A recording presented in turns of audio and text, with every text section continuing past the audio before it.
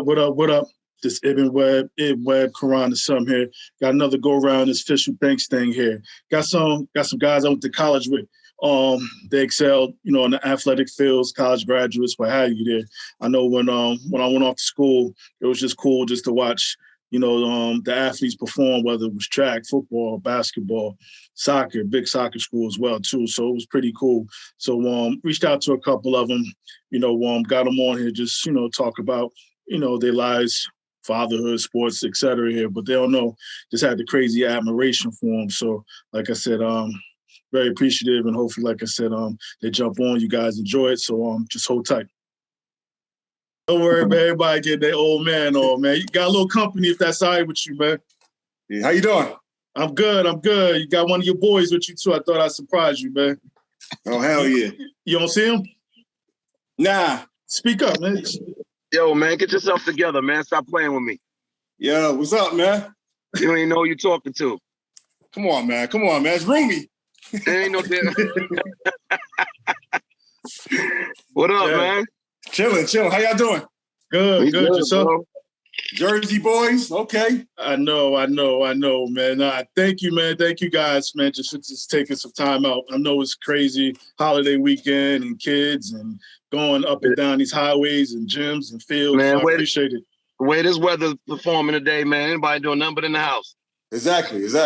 Yeah, yes. So give me a second. I'm trying to raise the volume up a little bit. Okay. Okay, look like we both out of touch with the communication, bro. It took me a minute with the volume as well. Nah, there's some old head stuff, man. That's what this is. All right. It's a little better. A little better? Oh, shit. You turned yourself down on my end. Yeah. You turned yourself down, Phil. I did? Yeah. You might get like Russ, but your voice is low to us now.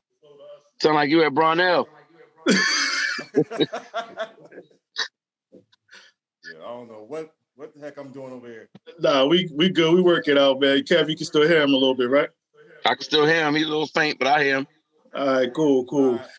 Yeah, like I was saying, man, I was just trying to I don't know, man, something I started probably a couple of months ago, man, just getting people online here, just, chopping up, whatever the case may be, man. And, like I said, I've just thought I'd reach out to you guys. I know it's kind of like, damn, this is like wild random from Ibn to be like reaching out to me or what have you, man. But, I'll tie that all in a second, man. But what I wanted to do was just be a little nosy, but, not TMZ nosy with you guys, man. Just kind of just ask a few questions, man, and kind of just go from there.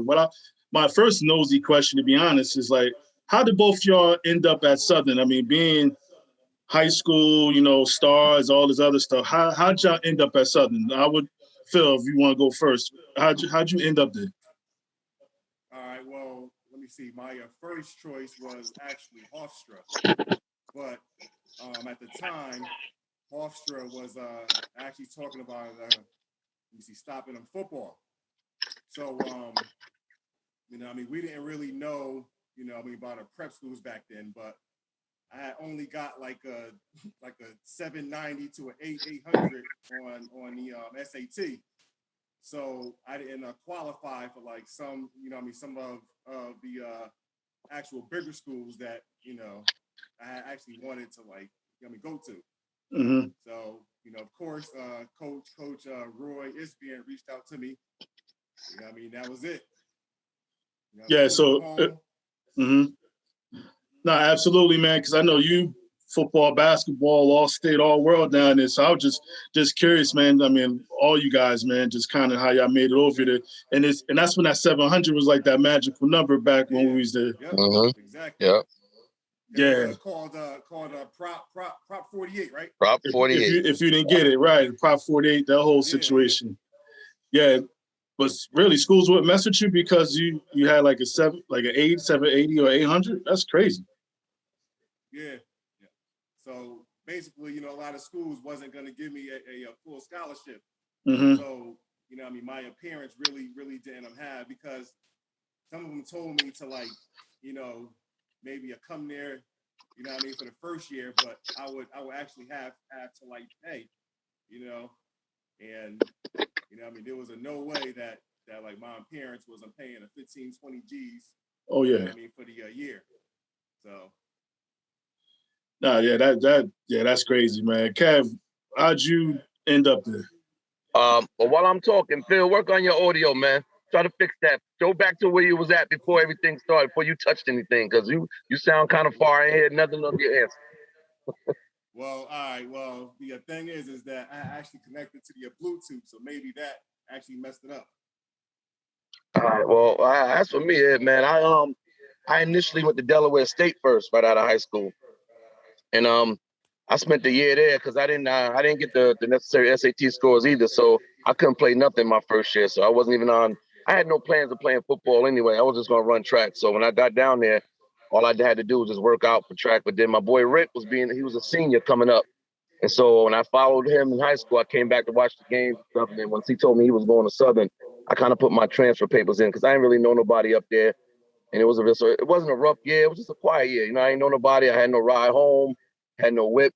It was just like, all right, I got to get out of here, man. And the coaches there wasn't really trying to hear my plea on a scholarship for track. I gave them everything they needed for stat-wise from high school, but they was just on some, they done recruiting. So I was like, all right, let me put these transfer papers in. So Rick, the real reason I transferred there. And then I decided to play football because I figured he was on the team. I figured I'd meet some people being on the team there. So I decided last minute to play. So they invited me to camp. And that's just kind of how I just got in there, man. It was just a quick decision, man. I was in Delaware. I decided I didn't want to be there no more. I talked to him over and over again. He said he was going there. I just started the transfer process. Oh, all right. And I know once y'all get to Southern, again, I know everybody had a D1 dreams and this and that, man. But I think ultimately, like football's football. I mean, you gotta strap it up and get busy, man. And that's what you guys did, man. Like just how was that whole transition? Just playing from high school to just going to college playing football. Like, did y'all see any difference? It was just like, oh, you kind of had to feel it out before you guys found your grooves. Well, I mean, I'll go on first. So I definitely had to fill it out because, like I said, I had no intentions of playing football, period, man. But Rick talked me into it, so I was like, all right, I'm all right. I think I can manage. I could do something out there. I know Eb used to say I ain't had no juke moves, so I had to try to work on that.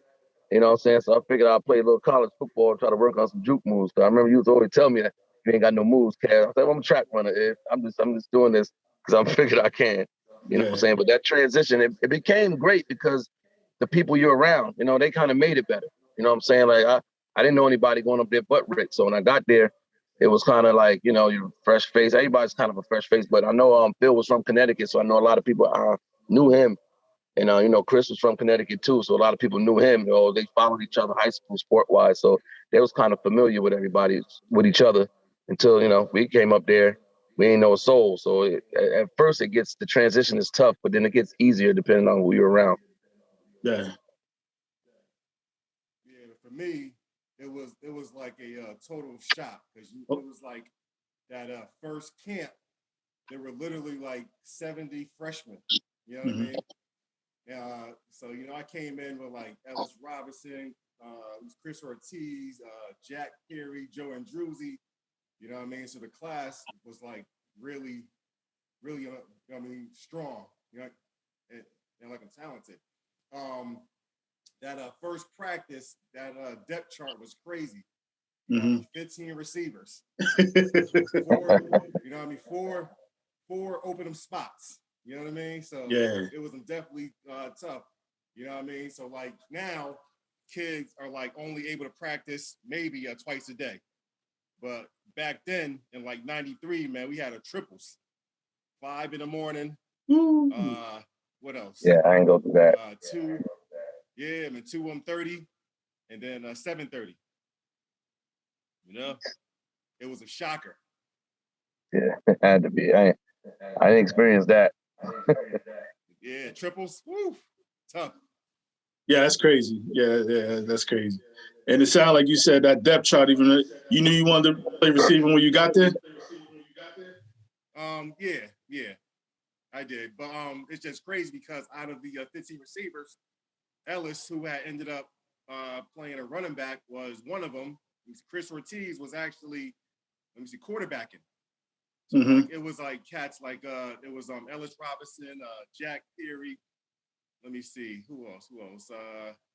a cat from the Bronx, I think, Garfield Green was Okay. nice. You know what I mean? It was tough. So you guys break the mold. I know Kev transfers, you're there, but you guys wound up with the playing time and all that, man. How's the competition for you? Obviously, I know New Haven was the rivalry every year, but just everybody else, man, how was that? Just flat out just playing. Well, my freshman year, right? So we started off playing at what was that, Cheney, right? Oh yeah. So out of the 22 starters, 11 of us were like freshmen. So Cheney hadn't won a game. Let me see, that was 93. I think Cheney hadn't won a game since 89, and they ended up beating us. Mm. and then the week after that, we had to travel to North Dakota, and they were number 2. Oh, so they was nice even back then. Those boys smacked us 52 zip. You know what I mean? It was a fun trip, but you know, we got smacked. You know, it was a long trip, man. We had to fly to, Detroit, and then Minnesota, and then drive maybe an hour and a half, 2 hours, to their campus.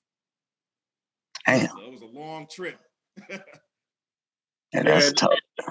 And to get beat 52 zip, that's definitely a long trip. 52 zip. Second game ever in college, 52 zip. Damn.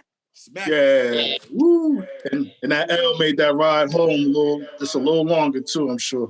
Yeah. Definitely. Yeah.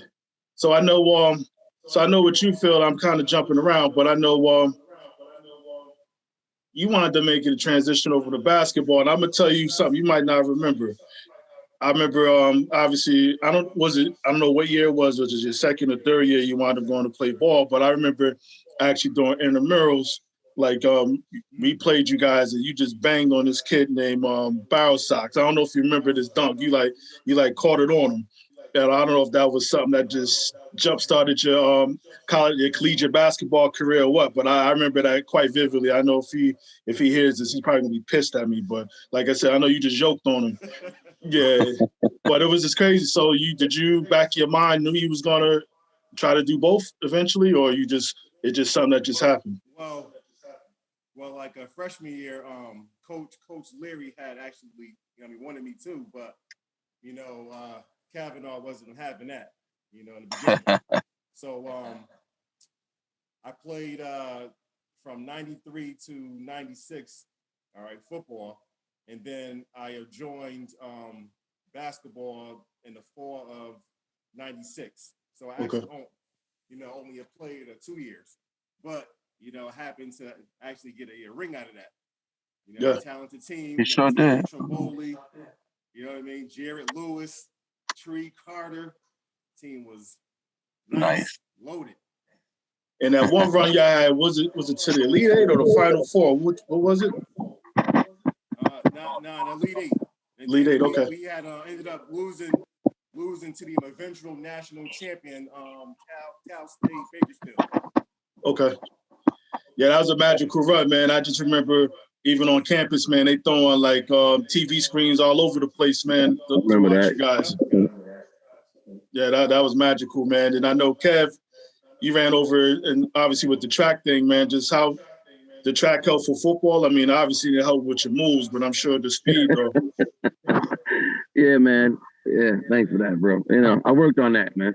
But yeah, that track. I actually initially came there just to run. You know what I'm saying? So when I decided to play football last minute, it was a great decision, man. I'm glad I would never have to go back. I would definitely make that a plan to still do that because it was a great experience, bro. And then once I met the cats that I met, it's kind of like you click off, and once you click off, these cats will stay with you for like the rest of your life, damn near. You know what I'm saying? I'm still friends with everybody we was rooming with. You know what I'm saying? Like Chris was just in my wedding. Well, he came to the wedding. Still didn't make that, but we'll talk about that another topic when you switch about that. Yeah, he didn't make that though, but it's still all love though, man. A couple other cats that we went to school with made it down, but that transition from Cav almost didn't let me. He didn't want me to run at one point because he just said because I got to do everything football wise. So spring ball came, And I tried to get out of it, and I was like, look, Kev, I'm in the track season right now. He's like, I don't care. He's like, make sure you at practice 6 o'clock in the morning. But then as I was leaving the building, he came and raced outside. He was like, yo, all right, you know what? You're actually pretty good at this track thing. I've been talking to the other coaches and stuff. Your times is fast. So he said, go ahead and concentrate on that, and we'll see you in the fall. And that's the first time he kind of did that to anybody, man. I was happy that he allowed me to do that, because that would have been strenuous as hell to try to do both for outdoor season and try to play spring ball, because they were doing practices like you said, like 5, 6 in the morning around that springtime, and I wouldn't be able to cut that, man. So I mean, it was great that he made that decision for me, and that's it. I just went from there, man. I had a blast. Yeah. So hold on. So Kev came in like '94, right? Yeah. Yo, Kev had a shook because that first night, right? You know what I mean? All of us get tested. So we like, yo, Kevin ran a damn 4.2. You know, we like, yo, this dude definitely starting, yo. All of us was like, shook. That was crazy. I had a cheat code though, Phil, man. I didn't tell y'all that back then, but I used to run them in my track spike. And then nobody really knew what kind of shoes I was wearing. So I said, you know what, I'm gonna get advantage on these cats. Some wearing cleats, some wearing heavy sneakers. I said, I'm gonna go ahead and put these light track spikes on. Yep. So you had some spikes on, they didn't even know it. They didn't know, man. I had to wear my track shit for that, man. I said, you know what, I'm gonna get a fast time out of here regardless, because I got spikes on these guys. Only person that knew was Frank Biancamano, because he was right behind me. So he had a 4.2 time too, and I saw his shoes, and I saw this nigga wearing spikes too. But I ain't know him talking to him like that. So I was like, okay, I see what's going on here. But yeah, I had a cheat code, man. Because Frank was the kicker too, though, right? He was the kicker, yeah. That's the kicker, yeah. Yeah, he's a hell of an athlete. Mm-hmm. Yeah, honestly, Frank was like probably in the top 5, maybe his strongest. You know what I mean? He was. Yeah. Nah, he's a hell of an athlete, man. And I know college and everything else, man, got going, man. Then again, like I said, I'm gonna jump around. I know obviously you guys transition. We all gotta become adults and fathers and all that stuff, man. I was just question as far as in regards to fatherhood, man, like being fathers, what does that mean to y'all? Well, I'll start off, Bill. It means everything, because I was raised around men that were fathers to the point where I saw what I had to do. So I was kind of taught the game a long time ago, and I couldn't wait to get there. I remember being at Dell State, and you know, most cats at the age of 19 not really thinking about this in this manner. So I'm at Dell State football game, sitting in the stands, and the little girl was with her father, and she turned around. This was like, hey, daddy. That shit caught me, and I was like, damn, man. Can't wait till I have that. You know what I'm saying? Like I said that at the age of 19. So I knew that's the road I was going to be on. I wasn't shying away from it. I just waited my time to have it. People joke on me now because they say I started to have kids late as hell, because, you know, I got a newborn now. He's only like 3 months, and my other son is 4. So, you know, I waited to after college. I waited. Some people didn't. Some people had them early. But I couldn't wait to be a father. I just wanted to make sure it was right, man. And you kind of can't make sure when it's right. You just got to go when it happens. But mentally, I was ready to jump into that role. All right. You know, being a father is like probably the greatest thing ever. You know what I mean? To like see your kids have like the same mannerism, you know, as you, the same walk, the same talk. You know what I mean? Like I don't understand how dudes can be fathers. You know what I mean? Deadbeats. You know what I mean? It's like how you make somebody, and you like looking at kids that look just like you, and you are not involved. You know what I mean? Mm-hmm. You know, it kills me. Yeah, it's crazy. You know?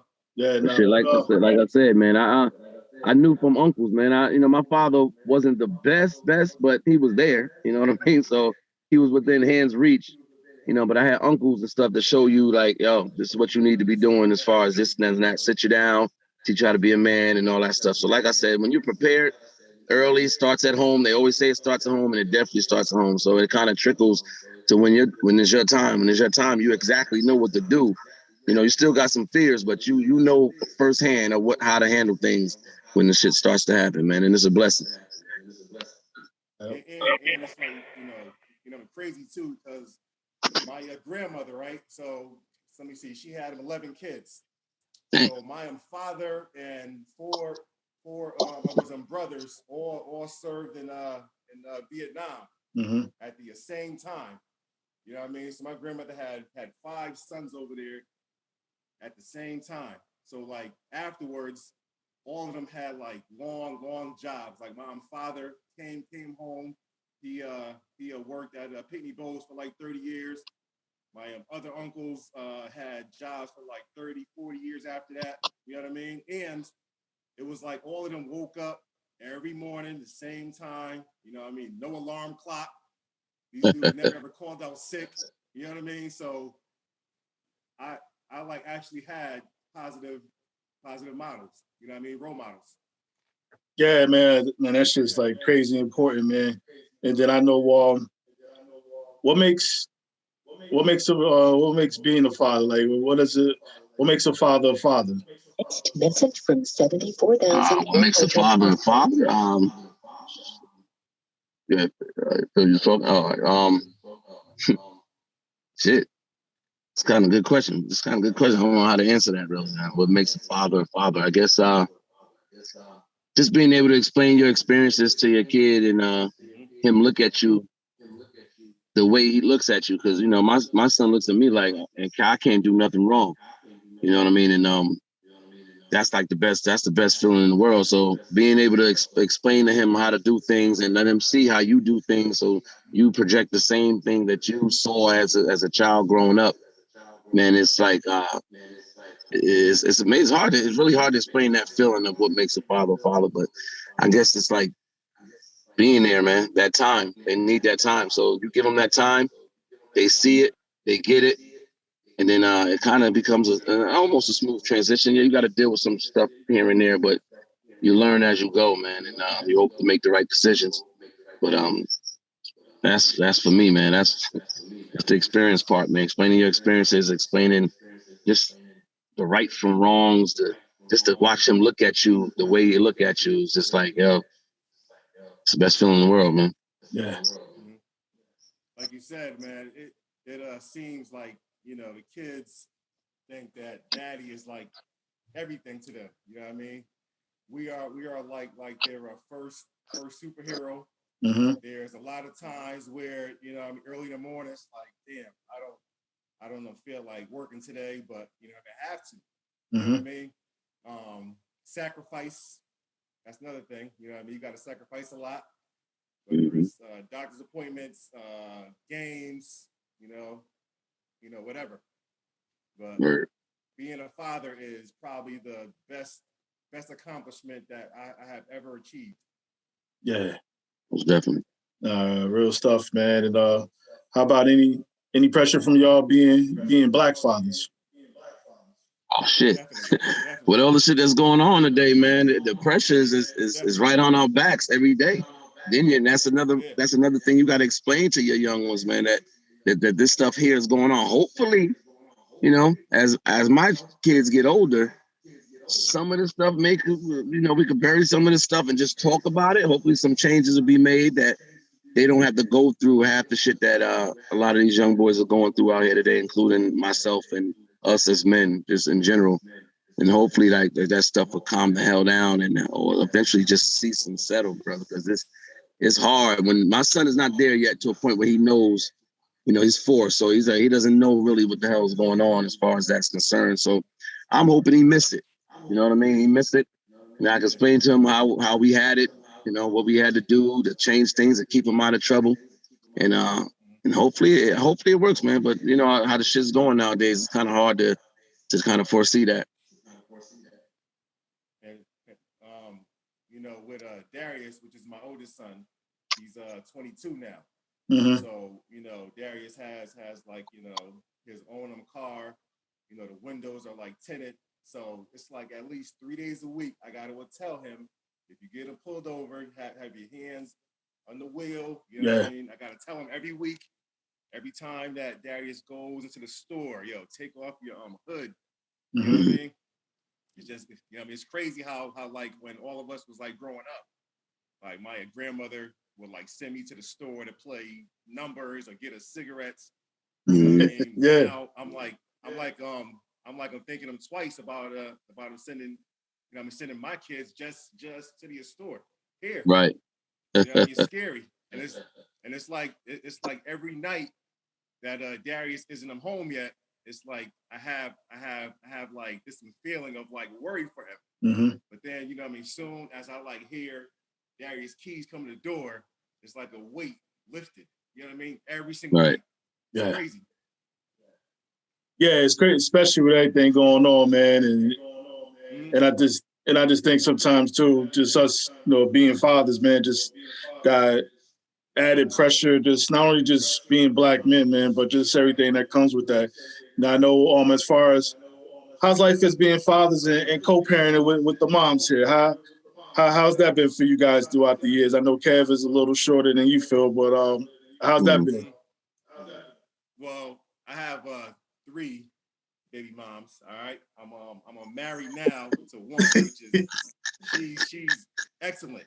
Yeah. So like one of my baby mothers, she's great. The other one, we've been battling off and on, you know what I mean, for like years. But it's tough. Definitely tough. My situation a little bit crazy, man, because I came in. My wife she had 2 before me, so I became a stepfather first. You know what I'm saying? And again, another role I wasn't shying away from. I've dated women with kids before, so there wasn't a problem. But what was the problem? What was different is now everybody I kind of dated previously, they had sons. Now she comes in with an 8-year-old daughter when we first met. So she has a daughter and a son. And that was the hard part for me. I ain't gonna lie. It was kind of hard to transition. How do you treat a stepdaughter? You know what I'm saying? Coming in, she has a father, a biological father who she adores at the time. How do you play that role? You know what I'm saying? And she's 16 now. So I've been there since she was 8. And that was been a role that I took on. And it was hard for me, man. I didn't talk about it much, but I kind of shelled back. It was like, all right, I let her mother make the after decisions when it came to her. And like I said, she has a biological father that they can call and get insight from. But it was just hard being in the house if they knowing that I got to raise this young daughter and as my own. You know what I'm saying? That was a little that was a transition for me, man. But like I said, it wasn't nothing that I was ever shying away from. I knew what was happening going in. I took it and I just, I did it and I ran with it. Now, the older boy, the son, I don't talk about this much with Phil. I talk to you a lot, but I don't know if you really know the story behind that. He's a trouble guy. I wish I could have reached him earlier in his age to maybe try to stop the path that he's going down. Like he's currently now incarcerated, and he battles with himself, with demons to stay out. He'll come out and go right back in, and he's only 22 and he's been doing this since he was 14. You know what I'm saying? So if I look at how hard it was trying to reach him then, and I came in late. I came in when he was already seasoned. He was seasoned in the streets. This is where he was going, and it was kind of hard to pull him out. And I kind of felt like I failed trying to get him out. But I mean, today we always had a great relationship, man. And like I said, he's just one of them kids that made his mind up and he knew where around he was going. And there wasn't nothing I could do to get him out of that, man. So I just try to lead him. Hopefully, when he fall, I try to help him pick him up, and hopefully he'll get it. You know what I'm saying? And that's all I can do on my end is hope that he'll get it. Keep preaching to him positive vibes and stuff like that. But that's been a transition for me, bro. I ain't gonna, that's been tough. So to have my own at the end of that, I know now I got a route to take. I got a route to stay on. You know what I'm saying? Like I got these young boys. I got a 4-year-old. I got a 2-month-old. They see that the 4-year-old knows his older brother. He sees him. He don't know what jail is. You know what I'm saying? So he don't know I'm talking to him. He's not here, but I'm talking to him on the phone. Why is he not here? He don't know that yet. He just thinks that he just lives somewhere else. You know what I'm saying? So that's been the hard part, bro. But at the end of the day, man, I took the role, man. We still working. It's working in progress, man. Well, you know what's crazy though? I mean, you're there. I think you're present. And I think no matter wherever he is, locked up, wherever the case is, he know you holding his mom down. And regardless of all the stuff that he's up to, he know you holding moms down. And I think, sometimes it click later for folks. Sometimes it may never click. But I think the one consistency, dog, is you there. You with his mom, you holding his mom down. And that's something he'll never, ever forget. Right. Hey, my bad, Phil. I think he was about to say something. Nah, sorry about that. Kev. Say hi, Dev. What up, Ray? Tell her get a spade game up, man. I'm telling you, I'm about to come down there and start crushing heads. You know, you lost to me the last time you played, man. Just remember, you're an L to me.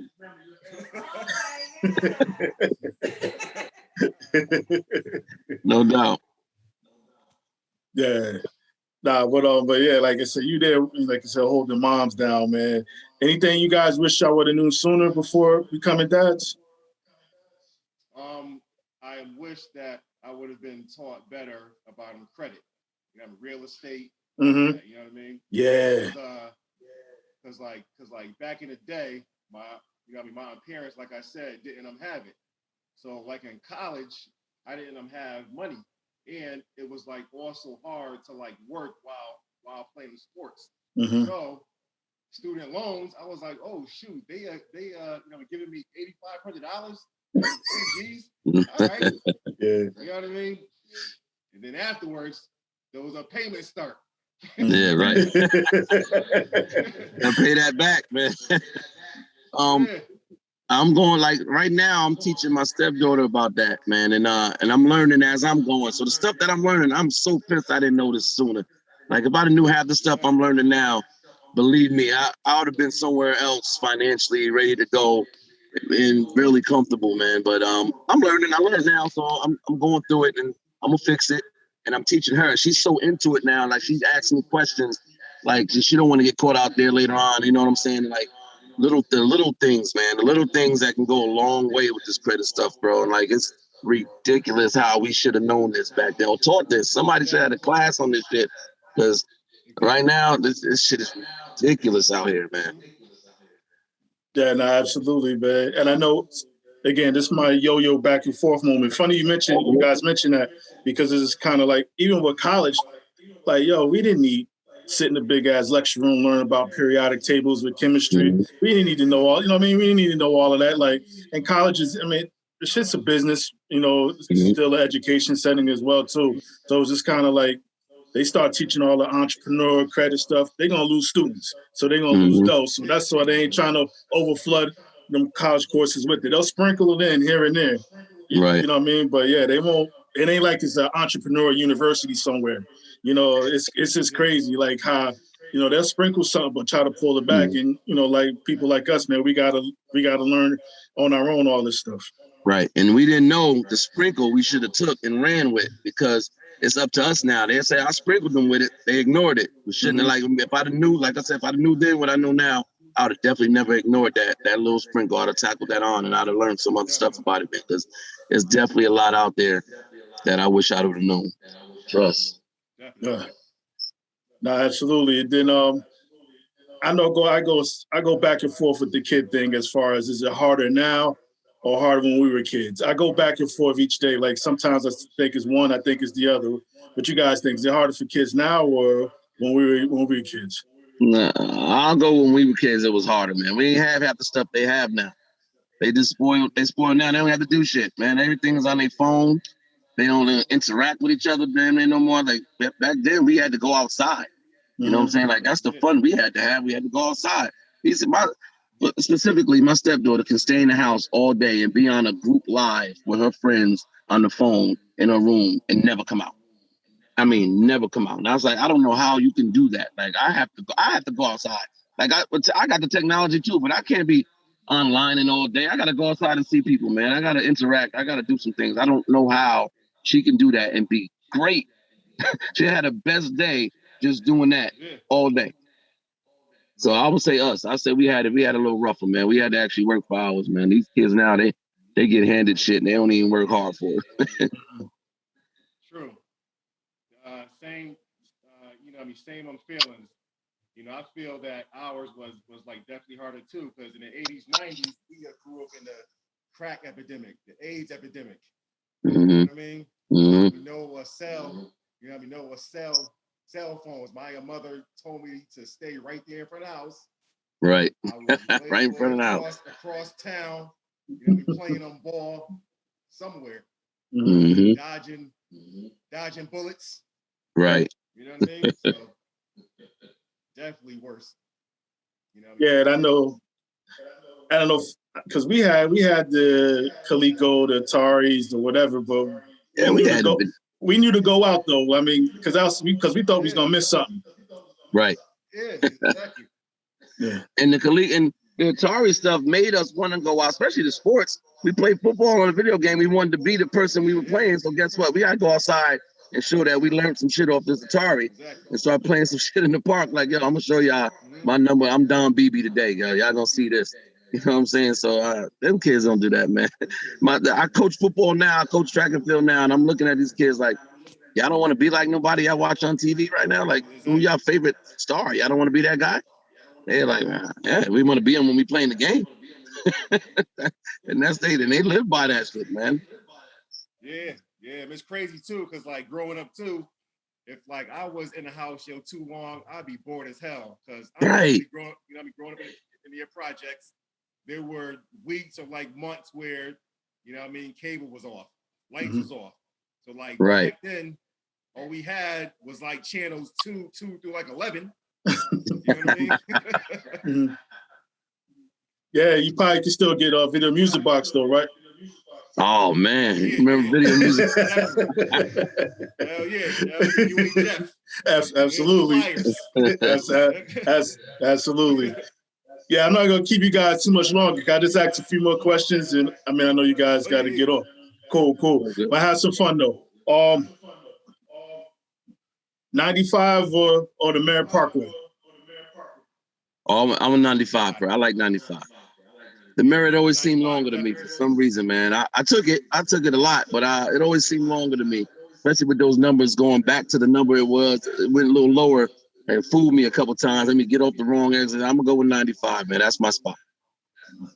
So same here. 95 definitely, because on the Merritt, if there's one accident, you are stuck there for hours. Word. So Phil, Harding or Southern? Harding, definitely, because at Harding,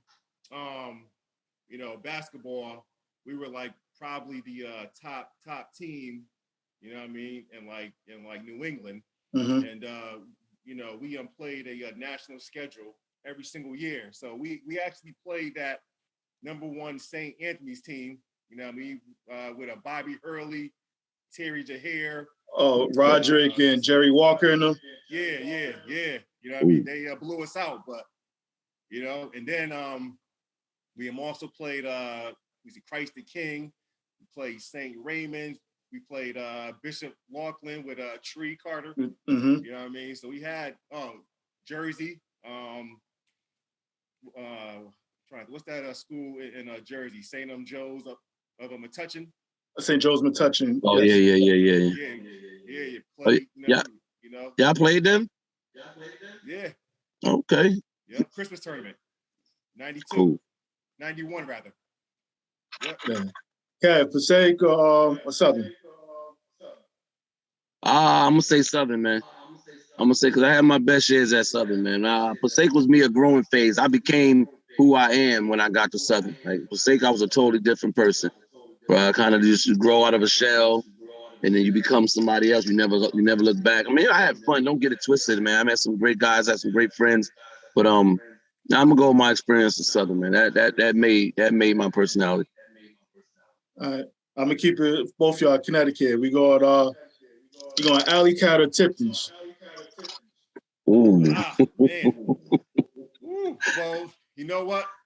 College-wise, it would have to be Alley Cat. Okay. Yeah. Tipton's was like, I agree. Tipton's was like more of like a grown-up thing after college. But Okay. College, on that Thursday night, college night, the quarter drinks. Yeah. Right. You know what I mean? Alley Cat. Same here, man. I'm gonna go with Alley Cat over Melibus, that's right, Melibus. Yeah. Oh, I forgot about Melibus. Yes. Yes. That's right. Speaking of all that, so we got 10 cent wings or Con Hall? Well, I'm gonna go with Con Hall because I was a dining. I love Con Hall, man, and that catch used to joke on me all the time. Like I'd rather stay there, eat on campus, than go anywhere else. I wasn't really stepping off campus that much, so I'm gonna go with Con Hall, man. I'm a Con Hall fan. Okay. Same. The only time that I had hated eating eating in Con Hall was after a loss because Vern Oh yeah. kill us. Remember Vern? Yeah. Vern talk so much trash, man. That's crazy. Yeah. Absolutely caught Hall from stealing bags of cereal, bringing it back to the spot. What? Yeah. Yeah. Now, well, speaking of Vern, I was going to say Mr. Vern or Miss Barber. May she rest in peace. Probably Vern. Barber was was like that old school aunt that always got. You know what I mean? Barbara was Shirley from What's Happening. Yeah. But Barb loved all of us, but she was definitely tough, yo. Tough as hell, man. I got a picture, man. I'll send it to you for you cats, man. I gotta find that old picture of Barb behind the counter serving the food out, man. Just giving us a peace sign. Definitely, Miss Barb. Yeah. Yeah, I'm gonna go with Barb, man. I'm gonna go with Barb on that, man. Over Vern. Vern was embarrassing sometimes. I didn't want to look at. Sometimes I try to hide from Vern. I didn't want Vern to see me, man. Barb, I could think Barb had a tough personality. I could take that, you know what I'm saying? But Vern would joke on your ass. You have something happening, and he saw it. You let your ass have it, man. Now, Kev, football or track? Oh shit. I'm gonna go with football, man, because that's where I met my family at. You know what I'm saying? I met my family playing football. Track was a job. You know what I mean? Like I was mainly I met one or two cats that carried over into adulthood, man. But football was my family, bro. I wouldn't have played if it wasn't for Rick. Then I wouldn't have stayed if it wasn't for the rest of them. You know what I'm saying? You know, so that gave me something there, man. So I mean, I love track, but like I said, that was like a punch in the clock thing, man. I knew I could do it. I'm here. I might as well, go ahead and punch that clock, do it. It was fun to me, but I'm gonna go with football. Phil, football, basketball. It's tough. Let me see. Individually, I had all of my accolades in football, as far as all state, all region. I had all of my basketball. I had all of my chips in basketball, though. Mm-hmm. But I would choose football because football, my teammates from football, I am actually like brothers with now, 30 years later, 5 years later. So, yeah, probably in football. It's tough, though. It's close. It's close. So both of y'all, at any level, what's the best game you ever played in your life? Any level. Kev, that might be track event. Yeah, it might be track event for me, yeah. Shit. Well, I have to say when I made I was just talking to Phil today. I just found out that one of my 100-meter record was broken today, and I had it for over 20 years. And the kid that go to Southern now, he ran in the NCAA final. So my best experience was the NCAA final. Yeah, I was bored as hell because I had to go to Riverside, California by myself, and I had to spend like 4 days there. But and I had nothing to do. But overall, that was the best experience. I never experienced nothing like that before. So that was my best sport experience was the NCAA. What about just either game or match? What's the best you ever? Can you name one of them? Oh, the match was the NCAA race, the 100-meter race that I had back in '96. When you set the record? Yeah. What was the time? Remember? It was 10:39. Yeah, that's that 4.2 40, right? Yeah. And the dude that broke it, I mean, power to him, man. He's a good kid, but he ran a 10:37. I'm kind of mad he ran that. He should have ran it faster. So now he beat me by the skim, but he could have left my 10:39 up there if he was gonna run a 10:37, man. Phil, what about you in your life? Best game you ever played in your life?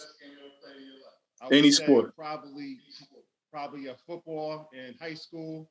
My senior year, Harding was a school from the hood. You know what I mean? Mm-hmm. Played a game against Fairfield Prep. They were fresh off of a state championship. They were ranked like probably number 4 in the state. Had ended up being a player of the week. 2 touchdowns, 2 interceptions, two touchdown passes. Yeah. That game really, really stands out a lot for me. Now, who's let me ask you guys as far as best athlete this you guys have ever seen, whether you known them, was it high school, whether it's college. Best athlete.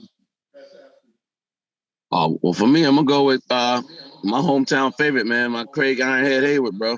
Okay. You know, I got a chance to see him play as a kid and to watch that journey and knew him, you know what I'm saying? And then knew his son. I knew it, Craig Hayward Jr., because his parents used to hang with my mom, and my mom used to be tight with their parents. So I saw him grow up as a kid. So just knowing him, knowing what kind of impact he had, and to be able to say I saw it, you know what I'm saying, and remember seeing it, because I was a young boy at the time going to his games, but to watch that transition, he's always going to be my number one out of this town. He's for real, man. Rest in peace too. Yeah. Word. I would say that probably the best athlete. Well, there's actually maybe two of them. One of them was a basketball player from where was he from? Danbury High School. His name was Anthony Snake Harris. Hey, that's the kid that went to Hawaii, right? He wanted to go to Hawaii or something. Yeah. Well, his senior year, he had averaged 28 points that game. Anthony Snake Harris was probably the only player that came to Harding and had our fans cheer for him. Yeah, that's crazy.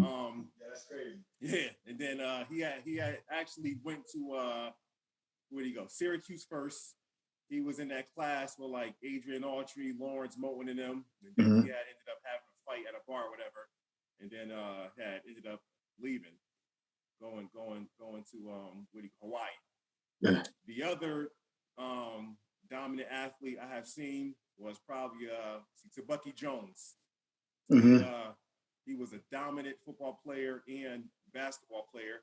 He was on those first two Patriot championship teams. Yeah. Football teams, DB. Yeah, Syracuse and obviously Patriots had first round pick, everything. Yep. Yeah. Now who's and you guys, who's somebody who should have made it? You can define that however you want, whether it's in college or should have made it to the pros. Who's somebody that should have made it? For me, that's the easy one. It had to be, and actually, you guys may know him, because when he was a freshman in high school, he would actually come up to Southern Open Gym and he would kill everybody. Bobby Moore. You remember him? Yeah. Bobby Moore. Yeah. And Bobby and I, still play now, and Bobby is still quick, fast, nice, handle crazy. He can still get up too? Nice. He can still get up at this age? Yes. Yep. Yeah. Yeah, I remember her like Hill House, and I know he went to a bunch of junior colleges, prep schools. It just, I remember him. Yeah, somebody that should have made it. I'm probably going to have to go back to high school, man. There was a stud, Eb. I don't know if you remember. I know you're out of Montclair. I don't know if you remember this guy, Travis Muckle. He was out of he went to Franklin Lakes for a little while, but he was literally out of Patterson, New Jersey, man. And I watched him play, and this guy was super nice to me. You know what I'm saying? And I always wondered what happened to him. And I don't think he did anything where college-wise afterwards, but I don't know his story. But all I know is I remember how he went to New Haven. He went to UNH. He made it up to UNH? Yeah. Yes. Wow. You know his name, Bill? Yeah. Okay, I did not know he made it to UNH. He went to UNH. Quarterback. I know he went to Patterson, then he went to Indian Hills. We played in the North-South game together, so that's how I knew him. Yeah, we played together. But he went to UNH. I swear I didn't know that. Fun fact, I did not know he made it to UNH. I always wondered what happened. I don't know what he did there, but I remember him going there. Mm-hmm. Yep. So that's a name I would have to call out, man. Now, you guys, as far as what do you guys individual, just in life, what are you guys most proud of? Say it again, sorry. What are you most proud of? I would say growing up, I always aspired to own a home, and to actually be a great father and have a great job. So I'm accomplished all of that. Growing up, growing up in the projects, it was always a dream to have my own house. What else? What else? Being a father. Yeah. Having a great job. I've been working at Bridgeport Juvenile Detention since 2008. So it's 20 and out. So I could officially retire in the year 2028. So okay. Wait.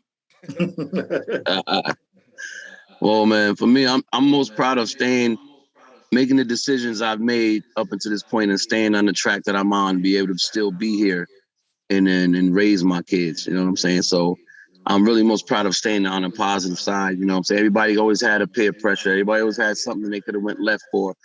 But I'm just proud of never, ever taking that turn and staying where I need to stay and keeping the right people around me and making the right decisions, man. Because that's big. Cool. One more question. What's up to each of you guys? Phil, what's the best part about being Phil Plummer? Being that I stayed on the right track, because growing up Black, all of us could have took that road left. It ended up in a totally different path. But all of us made it. Yeah, nah, it's real, man. And Cav, what the best part about being Cav Rember? The best part is being able to come back and give back the way I've been giving back to these kids here, man. And to watch somebody that I took from the ground and made sure he stayed straight and went to. I got a kid at the University of Oregon right now. If you guys, I'll shoot his name out to you later, Ed, man. You can follow him. He's doing big things, and he may make an Olympic trial.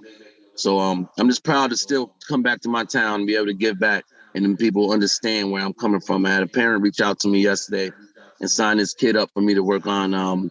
He go to Sacred Heart University, actually. His son goes there, and he's working on his speed. And I started with him last week. And it's the fact that people that know me or just never hung with me before but heard my name and it stayed on a positive note and they're reaching out to me to do different things. I'm proud to be able to still be that guy to come back and help.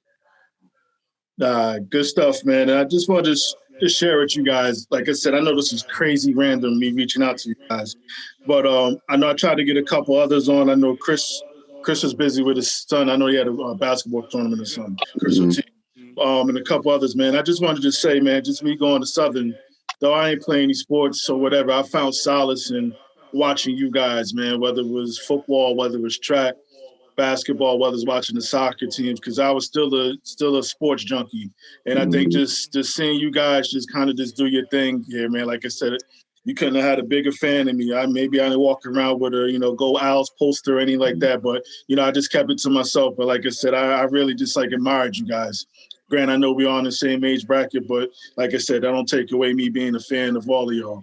And like I said, and I just wanted to just have an opportunity just to chop it up for a minute, whether it's fatherhood, sports, or just kind of just take a stroll down memory lane. Like I said, right. I really appreciate what you guys have done, what you guys continue to do and everything else, man. Like you guys being officially y'all helped it be officially it, man, because it was just I can't bullshit with my life because I need y'all. I don't need to become a mean or anything else and just something crazy here, but like I said, still sharp and still, whether it's, watching what you guys do and continue to do. And like I said, I really appreciate you guys. Like I said, I was definitely a huge fan of all of y'all. And I just wanted to let you guys know that. And like I said, I'm really just taking back you guys took time out to just even talk to me. Hey man, I appreciate you, Eb, and I hope you've been working on your two-step, brother, because we won some talent shows together, brher. But I remember your two-step. You're funny, man. Something a little crazy. You're funny, man. You're funny. Yeah, you're funny. But nah, definitely thank you guys for just taking time out, man, with the kids, family, and everybody, man. I really appreciate it, man. And it's definitely a small world. Obviously, I'm sure we'll bump in along somewhere, and I know I probably need a solid somewhere coming soon. Let's do it. Absolutely, y'all. You guys be. Thank you, and I appreciate y'all, man. We'll talk. All right, brothers. All right, Phil. Peace out. All right, no doubt. Yeah, good stuff, man. Like I said, college life, man, go down memory lane. Like I said, two brothers I truly, like I said, admired and just got a joy just to even spend time with them, watch them perform or what have you. Solid family men as well, too, man, as you can hear. So On that note, just gonna slide out. I put my hand over my heart. That means I feel you. Yeah.